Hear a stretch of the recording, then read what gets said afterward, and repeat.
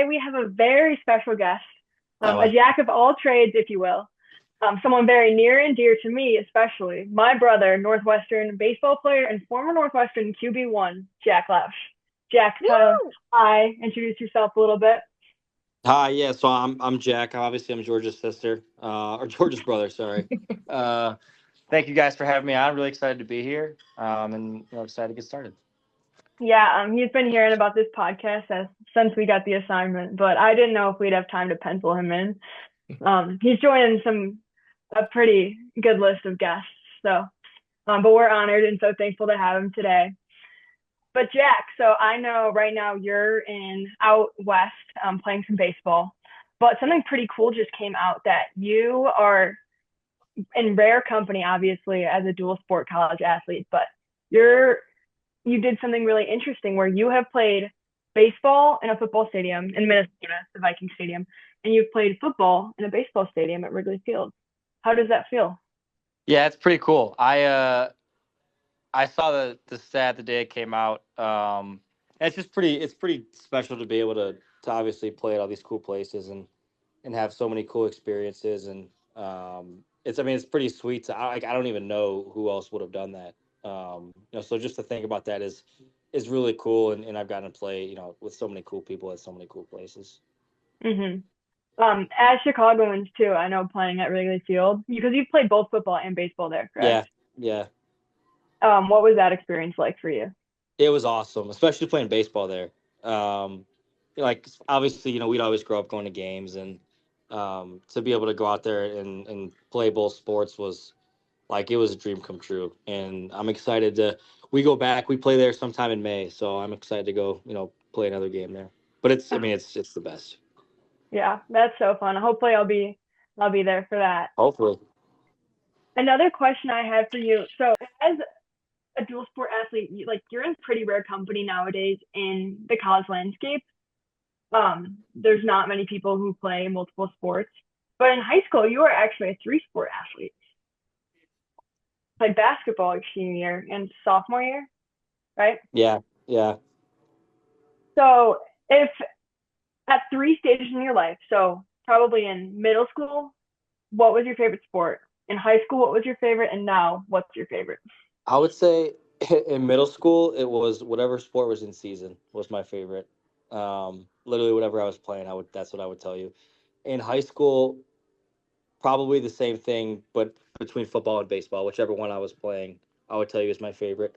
Um, and if you would have asked me this question 2 years ago, I'd tell you football, and today I'm going to tell you baseball because that's what I'm doing. Um, so it's always been back and forth, but I'm really excited that baseball is the one I ultimately decided to choose. Mm-hmm.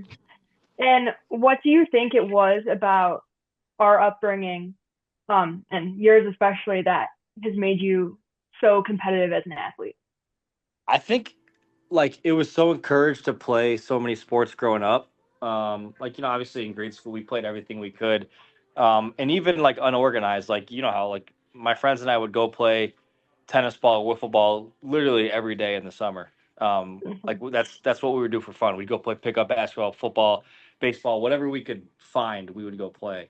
And it was always encouraged to like play whatever you can growing up. And I was lucky to go to a high school that allowed me to do that and encouraged me to do that. Um, and getting to college, it was like that's all I knew was you know playing different things. And I'm someone who I get bored when there's nothing to play and no competition. And so I always think that kind of keeps me sane too, is playing a bunch of different things. But I think growing up, like it was just encouraged, and we were always outside, playing around, riding bikes, doing whatever. Like, mom and dad were always like, "Go somewhere, get out of here, like go find something to do." And so I think that's a big reason why I was so competitive too. Yeah, I definitely agree with that. That kind of reminds me of your summer vandals summer. Yeah, yeah, Tell that story real quick before we move on to someone else because it's just yeah. too good to skip by.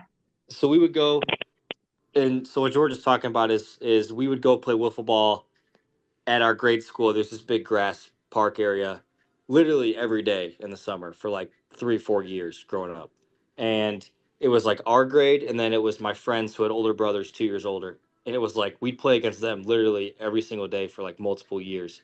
And we played there so much, like all of like the dirt bases were like marked because we literally would play there every day.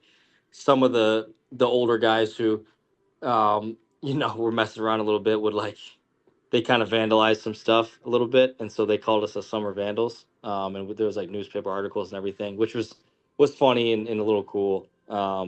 But we were literally there every single day, and then we'd go swimming at our house after every single day, and it was like the best time ever. Hmm. My final question: would you ever get the Summer Vandals tattoo that No, I no, hear I wouldn't. No way. is in the group? Eddie has one though, and there's no way I'd get one. I All don't right, think so. we'll see. I don't know. I think you could be convinced. Maybe. Um, but I'm gonna hand it over to someone else. But just wanted to introduce you real quick. Super Cool. excited to have you on. I can go next unless someone else just wants to. Go ahead. Go for it. Okay. Jack, just so the readers and the listeners and all understand. So you went at Northwestern, did you play baseball and football and then just went solely into baseball? So I went there to just play football. I Okay. played football only my freshman, sophomore, junior year. Well, my freshman, sophomore year, I played football only.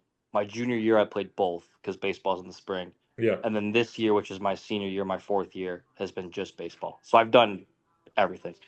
So tell me about that switch. You go from playing one of the hardest positions in all of sports, quarterback, to not playing any baseball with. I'm sure you knew some of the guys, maybe some of the coaches, to going to play one of the most hardest positions in baseball and playing center field. How does that work? Yeah, so I originally committed to Northwestern to obviously do just quarterback. Like, I always felt like if I never gave that a shot, I always regret it.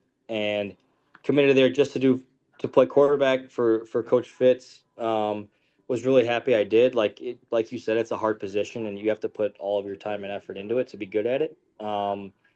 With that being said, I did that. I loved it, and then I just really missed baseball and I missed the game, and especially like the professional opportunities that come with the game that hopefully I get to see this summer.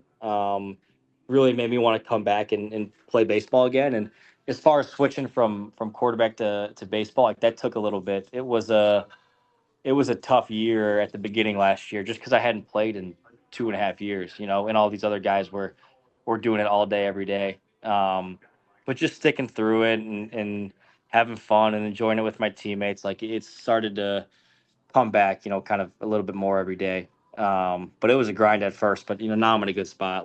I've been playing every day. That's So awesome. How did you approach the media when you made that switch to baseball? I uh I would say I really conveyed like my excitement for joining the team, my confidence in wanting to do really well, and I think the biggest thing was being really really humble about it. Like I was a big high school or big college baseball recruit in high school. Had a lot of draft interest in high school to be a baseball player. Obviously went to go play football in college. With that being said, when I came back to the team, being one of the highest rated recruits that this program's ever had, like I wanted to be really, really humble, like off the off the field, in the locker room, but also in the media too, because that's how Georgia and I were raised, but also like that's kind of the approach I wanted to join the team with. Absolutely. That seems like the right approach that every athlete needs to have. So when it comes to NIL deals, obviously it's a big part of the sports world now. When you first came to college, it's probably got more and more important and significant as you've gone on, the same that we've seen it as we've gone throughout Clemson. How do you approach it now, and what type of deals do you have now? Yeah, I think there's definitely a difference between football and baseball, especially at a Big Ten school. Like Big Ten football is running the show. And as far as like personal deals, like it's smaller stuff with restaurants nearby, which is like you're not necessarily getting paid, but it's like if you get this food and post it, like you'll get a free meal or X amount of free meals per month. Football wise, like as you've seen with the revenue share stuff, like a lot of that comes directly through the school now, which was towards the end of my football career was really interesting to see, and it's been interesting to see how that's continued to grow. But in terms of me personally, like it's a lot of smaller stuff. with some local, mostly food companies, and just kind of getting free meals and yeah, I'd say. Yeah, that sounds where it's at right there. The free meals. I'm sure wherever we're Yeah, at in it's college, money, we dude. all understand. Absolutely. It's money. Yeah. All right. That's all I got. Whoever wants to slide on in. Yeah, I can take it. So first of all, Jack, thank you for being on. We appreciate you. How has playing quarterback changed the way you approach playing baseball, especially in like big hitting moments? Would you say? Yeah, I would say that's the biggest thing is like playing quarterback in the Big Ten. Like you have so many like high stress, high pressure moments, like in practice and in games. Obviously, you get to play at some of the biggest, coolest stadiums with, 90,000 people screaming at you and 11 guys trying to kill you on the field. Like there's a lot of cool experience and pressure that comes with that. And I think taking that into baseball, it's like it's all about process and all about routine. Like as a quarterback, you have a routine and you have like a kind of pre-snap mental process literally before every play, and you have to. And if you don't, then you're going to get the ball snapped and have nowhere to go with it, and it's not going to be good.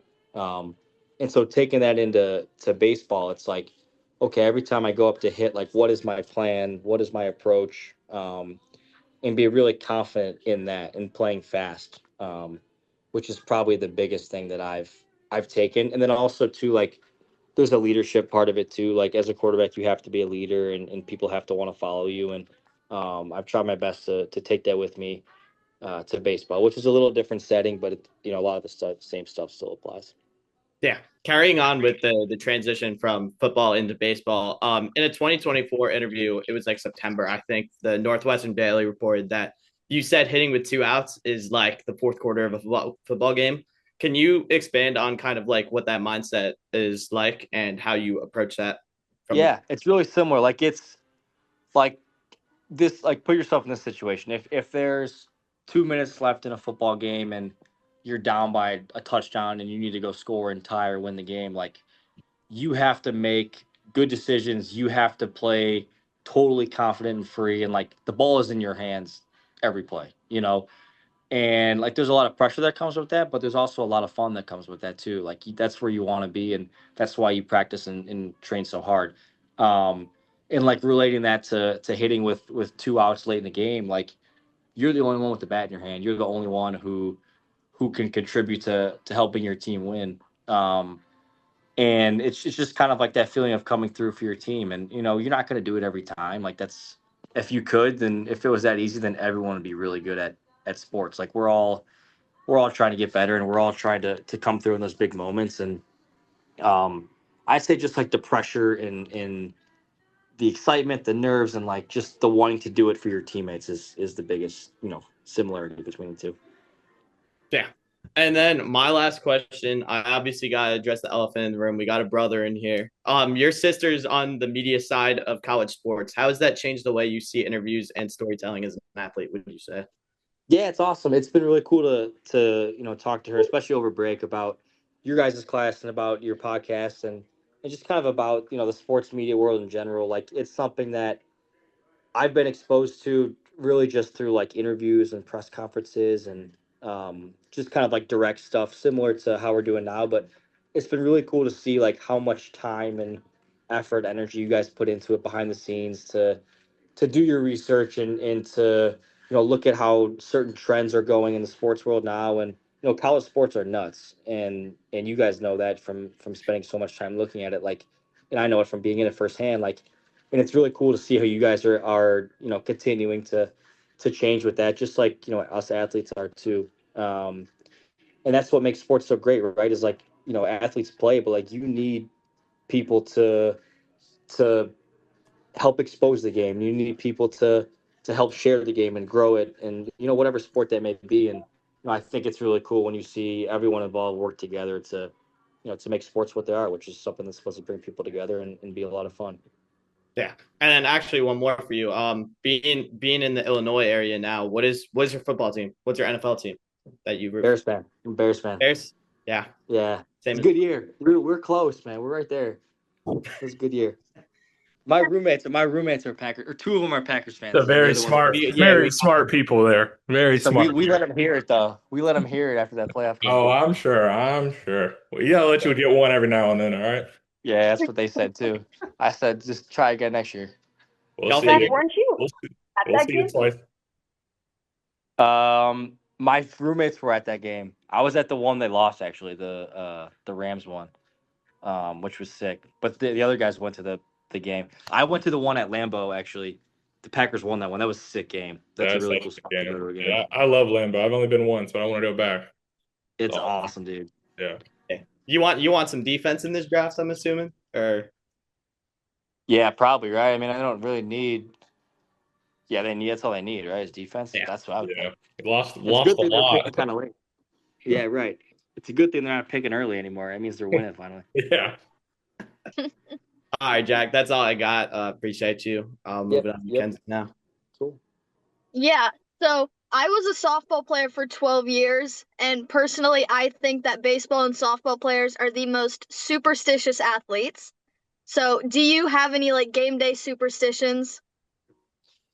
I'd a little bit. I would say like I do nothing crazy, nothing like super crazy out there, I but was like crazy. when I go down the line before the game, like I do the same stretches. I do the same a couple of dry swings with my bat before the game. It's the same thing in the box every time. It's the same breath before I get in the plate or get in the box. Like there's nothing that's like super crazy like some of my teammates. I would say I have an energy drink before every game, pretty much, like Mm-hmm. which isn't super superstitious. Go-to energy drink. What's your favorite one? Probably just C4. I would say C4 is Solid probably my choice. favorite. Or Bang sometimes if I really need one. If I'm Mhm. dragging, I'll have a Bang. But nothing crazy. I mean, it's just like if there's certain type of music that I need to listen to kind of hype myself up, I will. If there's stuff, if I really need to calm down, like I'm pretty, Mhm. amped up for a game and I need to listen to something chill, like I'll do that too. So to answer your question, nothing crazy, but you know how there's always routines within it. Oh yeah. I was crazy with it. I had to put my socks and shoes on the same way every game. I'd wear the same hairstyle until we lost. Like it got to a point. I don't know why I was doing that. There was no It's need for crazy. that. Oh, you just fall into it. It's insane. It's insane. Okay, my next question is, so how does media coverage differ between baseball and football?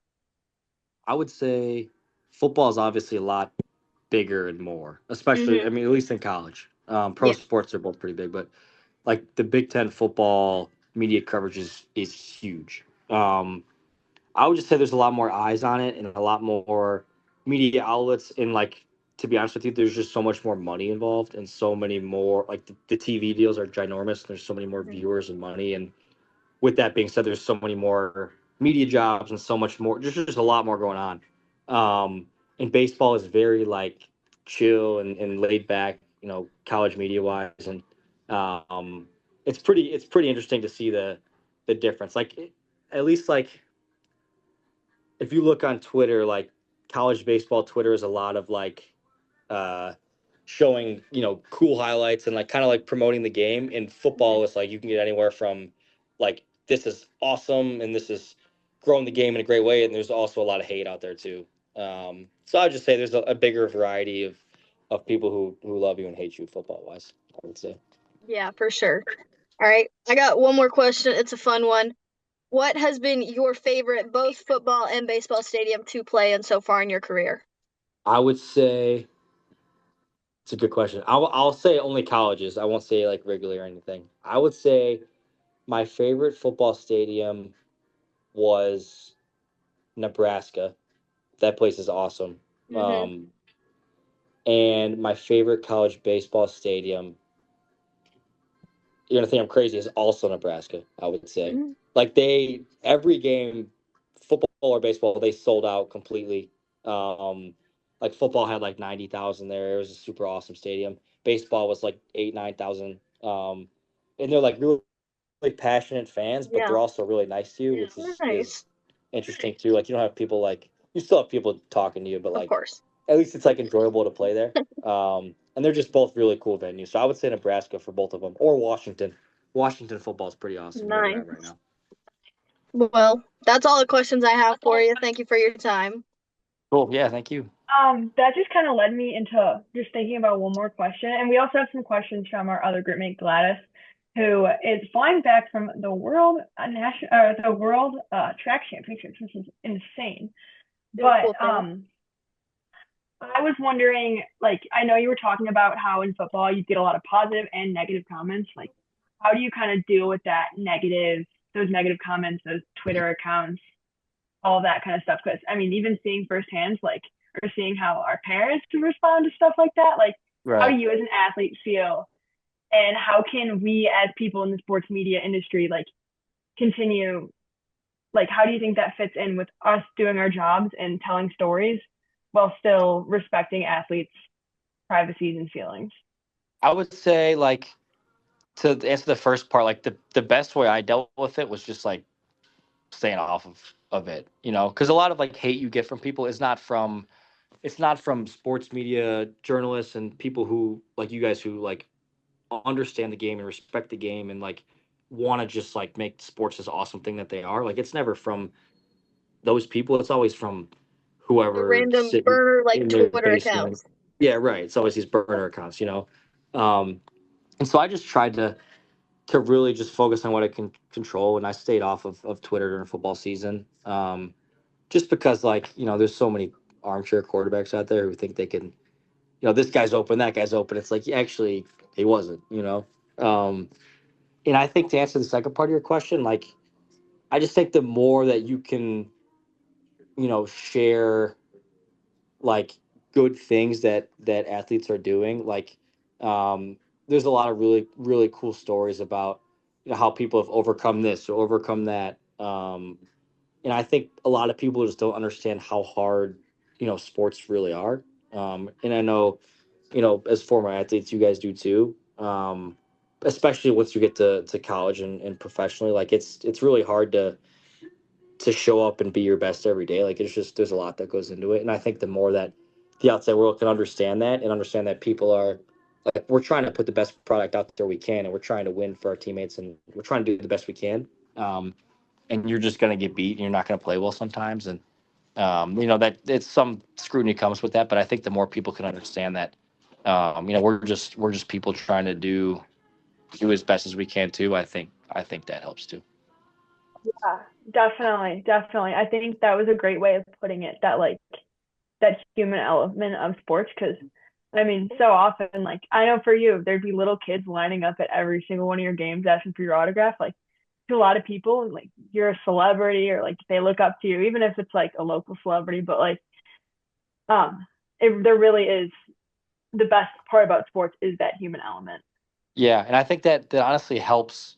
It helps athletes too, like not take it too seriously sometimes. Like I think when you realize that it's just a game and we're all people, and, um, you just have a much better experience overall. So I think when athletes think about that too, it helps us. It just makes us much happier too. All right. Got some Gladys questions loaded up if you Cool. want me to fire them away. So Gladys's first question is: do you ever miss being "quote unquote" the quarterback of the team, or was that transition easier than people might think it was? I definitely miss it. I miss like the team aspect of it, and there's something about football of game planning for a week and then going out on Saturday and going to war with your guys. Like there's something that's just different about that you don't get anywhere else. And so I miss that aspect, and I miss like the workouts and leading my teammates. Like I miss that a ton. And the transition was hard, for the first time in my life, not having that. This past fall was really hard, to be honest with you. But with that being said, like it was, I was so excited to transition to baseball, and I'm more excited than I've ever been, with this sport. And so I took a lot of that energy that I was missing from football, and I'm just pouring it into, how can I get better and how can I enjoy this experience for baseball. Yeah. And then the last one she has here is: what's the hardest part about dealing with failure in baseball compared to playing football? Because it is two totally different sports with some, like, there's a lot more games in baseball than football and a lot of different like implications. Yeah, I would say, yeah, there's a lot more games, you have a lot more at bats, which means there's a lot more failure. Like it is, especially coming from football, like you have so much control as a quarterback because you have the ball every time and you decide where you throw the ball. Like you control the whole game as a quarterback. So if you play well, you're probably going to win. In baseball wise, like there's so much less control. Like, you try to win every pitch and you could smoke a ball and it could be right at someone and it's an out. And that's frustrating. And I would just say like baseball is so hard because there's so much up and down. Like I could have 3 hits one day and no hits the next day. And I could feel like I'm on top of the world on one day and the next day I'm like, dude, like I can't, my swing sucks. I can't even like, you know what I mean? Like it's just, and I think to fight that, you just have to be really good at honing into your routines and separating yourself from the sport too, which is something that, baseball players, softball players, like you just learn to do as you get older. And it never gets easier. You have to put a lot of work into that. Yeah. What are kind of some of the ways you overcome like that failure that you're talking about? I would say breathing is a big thing.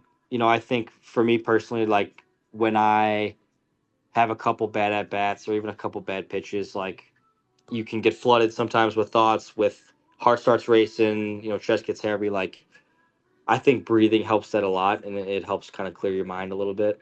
Um, and to be honest with you, something that helps me a lot is just getting really when I'm in a little bit of a rut baseball wise, I get really internal and I get really quiet, and I think overemphasizing communicating and talking with my teammates, even if it's about the most random stuff. Like if I can get out of my own head and pour into other guys on my team, like that helps me a lot with failure, I would say.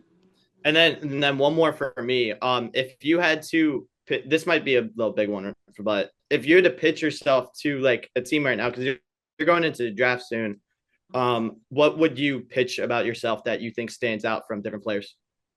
Yeah, I would say, I'm obviously a really special competitor compared to everyone else in the draft, right? Like there's no one else here who was a starting Big Ten quarterback. The experience that I got from that is only going to help me, take off as a baseball player. I think also with that being said, like I took 2.5 years off of playing. So like, yeah, I'm 22 years old, but like I have so much room left to grow in this game. And, I have a lot of natural athleticism and a lot of natural tools that I know I'm going to continue to develop as, this is the first time in my life I've ever done this full time. Um, and I think there's a lot of power in that. And I think as I continue to keep putting all my time and effort into this, on top of obviously the competitiveness and the experience that I gained from playing college football, like I think I'm only going to take off from there. Jack, like Georgia said, you're in rare company when it comes to multi-sport athletes at doing it at a high level. The Big Ten's nothing to slight from. If like you have big names, Michael Jordan, Deion Sanders, Herschel Walker played multiple sports and were very good at both of them. If you had either top 3 or top 5 dual sport athletes of all time, who would you put up there? I would say Bo Jackson is Okay. definitely up there. Deion Sanders definitely up there. I'm trying to think who else. Those are the two guys I could think of professionally. John Elway, I think, Absolutely. is one of my favorites too, especially as a quarterback. I'd say those three probably. Those three are probably my favorite. Can't go wrong with all of them. They're all Hall of Famers in their respected Yeah, places. right. So All right. Well, thank you, Jack. This has been just like an incredible conversation. Yes. And you have so much insight. Not only, as I should say, like he is an athlete, but he is also a student of sports business at Northwestern. He's getting his master's. So this kid knows what he's talking about. So thank you for letting us pick your brain a little bit and sharing some of your insights and your experience. And I hope you can come and visit Clemson sometime. Maybe you'll get free. He's never been to Clemson campus, but No, I want to go next fall. My goal is to go next fall. Oh, you So got I'm beautiful. gonna make that happen. but we really enjoyed this, and best of luck with the rest of your season. Best of luck this weekend. Go get him, and you're awesome. Cool, awesome. Thank you guys. This is really cool, podcast, and I've had a lot of fun, learning about it and obviously hearing about it from Georgia, and I'm really happy that you guys, asked me to do this, and it was a lot of fun, and I appreciate you guys, having me on. absolutely, thank you. Thank you. Man, I love radio broadcasts so much. So much fun. No, so not trolling. Clemson baseball, I know, does most of their stuff through the Roar radio station, Yeah. and they always have like a lot of old people. They love having like a certain voice on the radio. I've noticed whenever they do Mhm. like production stuff, they like the older tone and the older demeanor of like someone who knows what they're talking about. Even if they're like faking it with their voice, they love like the voice effects of like a radio broadcast more. And Clemson baseball actually doesn't really have most of their games streamed. Like I remember there was one game during the Notre Dame series that wasn't even on any station at all, which was That was game stupid. 2 and game 3. There was no video for any of it. That's It's dumb. ridiculous. I mean, not that I really wanted to watch the video of us losing, but it should have been Nah. there. We're in a little rough patch right now, but Yeah, I gotta figure it out. Don't There's talk- a lot of games in the season. a lot of games left. Right. Yeah. You want to get hot at the right time. Yeah. I know I was I mean I'm an Angels fan, so obviously we're on two Oh, totally that's different coasts, so I can't get in. I can never watch the games unless they're on primetime games, and unfortunately we're not very good, so we never have primetime games. So I have to, and I'm not spending $100 on MLB TV for the whole season. So it's just trying to find a radio broadcast on some website somewhere just to be able to even listen to the games is hard to do nowadays. Yeah. Well, in Chicago, we have 670 The Score, which I know every time I'm driving with my dad, and it's the Cubs season. Always listening. But I feel like one thing about radio that we talk about in class is that it's so popular with the older generations. And I think that's part of why it almost kind of feels more trustworthy as a news source. Like, you know that these people know what they're talking about. Yeah, for sure. Yeah, when I was younger, every morning going to school, my dad would turn on the sports radio that was going on. of course. I mean, if we're talking about MLB and radio broadcasts, I mean, I feel like John Sterling's the name that I'm going to bring up for the New York Yankees. He was basically a household name for very iconic voice. So many years, and now we have lovely Dave Sims, who's great, but it's not the same. But I mean, it's still the same thing I was talking about before. It's the voice that like gets you entertained, and I feel like all these radio broadcasting companies just have such a good like appeal to hiring like the right people with the right like tone in their voice. I think on the same note, I was talking to a gentleman at work the other day. He owned a radio station or something somewhere, and we were talking about my favorite announcers and whatnot, and like mine's always been Vin Scully, and I'm not even a Dodgers fan just because it's Vin Scully, man. Everybody knows who that is. Iconic. And, everyone knows him. His voice, his mannerisms, the way he says things, and even like he was so famous. I mean, he he acted in the movie 42 just based off of his voice to do the radio broadcast of Jackie Robertson's iconic plays and all that. It's just one of those voices that you hear and you know exactly who it is. Throughout of all sports, everybody knows who the great late Vin Scully was. And I feel like they're so good at doing that, radio broadcasters. They're so good at like being known as people. And I've said it 3 times now, but I feel like they like show themselves through their voice and they become a household name because they're on so much and it's only them going to every single event. That I feel like radio broadcasting is such like a hard industry to get into as like the main person, because there will be one person for 30 odd so years, when with these other companies it'll be like, hey, one guy sticks around for 5 years, then we can get another guy. And no, these broadcasters are like trusted like for a long time. I think I saw on TikTok, I want to say it was today, and I want to say it was the Padres announcer, like their stadium announcer, and he said he's been there. This is his 27th season. I'm like, and my first thought was that's longer than I've been alive. He's been in that chair at their stadium doing the calls, and I was like, I might have been wrong. It might not have been the Padres, and I don't remember his name, but I was like 27 years, and the Padres have stayed loyal to him. He stayed loyal to the Padres, and it's just been that's wild to me. And Kinsley's light went out. And just like imagine how much you can get to know a team and like a brand within 27 years. Yeah. There's just something about that longevity of a career and sticking with one program as like a beat reporter, almost like following along with one specific team, that adds a whole new layer to that kind of broadcast, that kind of media. It's almost like it's that sense of community that it's building between the listeners and the host. Especially when like in modern MLB, like players flip teams so often. Like you don't have players like like fortunately, I mean, Mike Trout's been an Angel his whole career, but like we lose players left and right every year to like Shohei. Like they flip, especially like in for the Padres. I mean, obviously they have Tatis and they have Machado, but I'm like those players go in and out so quickly. It's just like I don't That's how understand. I feel as an Astros fan. Every year we lose someone. Yeah, lose Oh someone. yeah, it's really been rough for y'all though. Astros, Yeah. y'all have It's lost. been fine. It hasn't been that rough. We've survived. I don't Hey, know how this season's gonna go, but hey, we got y'all opening night on Thursday, so we'll see how that oh, goes. I'm so excited. I love the MLB. I'm about to Um, become so much more annoying to everyone because all I talk about is the MLB. I never really like I've always been a Angels fan since I was a kid, but I never really watched it like religiously. And like these past couple of years, I've tried to watch every game until it gets to the end of the year where we start sucking, and I'm like, man, it's 3 o'clock in the afternoon. I'll just go do something else. Like if it's at nighttime, I'm like, I'll watch it. But if I got something else to do when we're fighting to be 500, I'm like, all right, maybe I should go do I'm something the else. exact same way. Yeah. Kensley, do you think there's gonna be a lockout? Yes, I do. I don't think baseball will be played next season.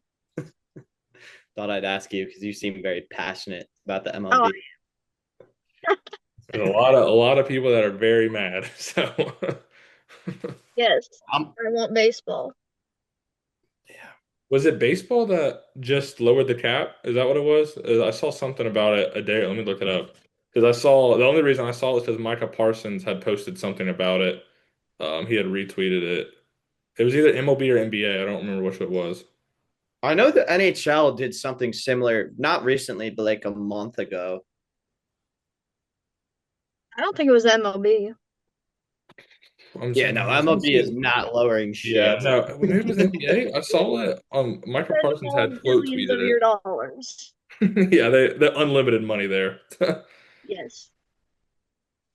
Spend every penny you bring in That's the Dodgers method right there. on signing every single All-Star that has ever existed. Oh yeah, I was at NBA. They lowered their cap for next season by a full million. Nice. I'm like that. That's which like when you think of those contracts, that's not a lot, but I'm like, Right. but it's still. I mean, it's $1 million that would change all of our lives right now. So. Right. I know the NFL. I think they have a rule where it's like you can only trade draft picks for like it could be the NBA too. It's NBA or NFL. You can only trade draft picks for like the next 5 years. It's 3 years right now, but the Browns just They were asked for trying to get it Yeah. higher, yeah. five. Yep. They're trying to That's get 5 first rounders for Miles Garrett. Is what they're trying to do. Smart. Yeah, no, I would too. Trust I'd me. be doing the same thing. Yeah, 5 first rounders, please save me all that money as well. Good heavens. rebuilding the rebuild is kind of crazy. Going from Baker Mayfield to Not even knowing who your quarterback's going to be next year is well. I mean, everybody thinks it's going to be Shador, but we'll see. They love to well, say it's not going to be. So Pro Bowler. Yeah, Pro Bowler, Shitter Sanders. sorry. Yeah. Refer to my full name whenever you're talking about it. Come on. Yeah, Come on now. him and Joe Flacco really deserve that. They really Yep. deserve that. Wild. Man, this league is cooked. It's so good. It's like I don't know. I think this is the first year I've actually liked the flag football though. I think the past couple years was stupid, but this year was a little more enjoyable. But I hated that they I've didn't have the always loved game. like the skills competition. I've always loved that. Dude, no, I was so excited to watch it, and then I realized they weren't having the skills competition this year. I was like, Right. it's so stupid. I was So like, lame. I love watching to see who can catch the most footballs from 30 feet up in the air. Like I want to see that. Yes. Like, I That's want to so see that. fun. I Yeah, love seeing them play dodgeball. yeah, literally. And you know what that is doing? That's putting the F word back in sports, like Sam always says. That's making it fun. Fun. Yeah. I don't know. It's just I'm glad like they're letting them still have their personalities though in the games at least. Like Michael Yeah. Parsons was riding around on a scooter On his and scooter filming. it was trying to play in the game. I'm like, bro, you just tore your ACL a month ago. Calm down, please. You're my franchise, please. I need you healthy. Good heavens. All right, everyone. Well, thank you so much for watching. Thank you again to Jack for coming on the podcast. It was such a pleasure hearing from you. And keep your eye out for our next episode coming soon, episode number 4. But thank you, everyone, and go outside, play some sports, go have fun.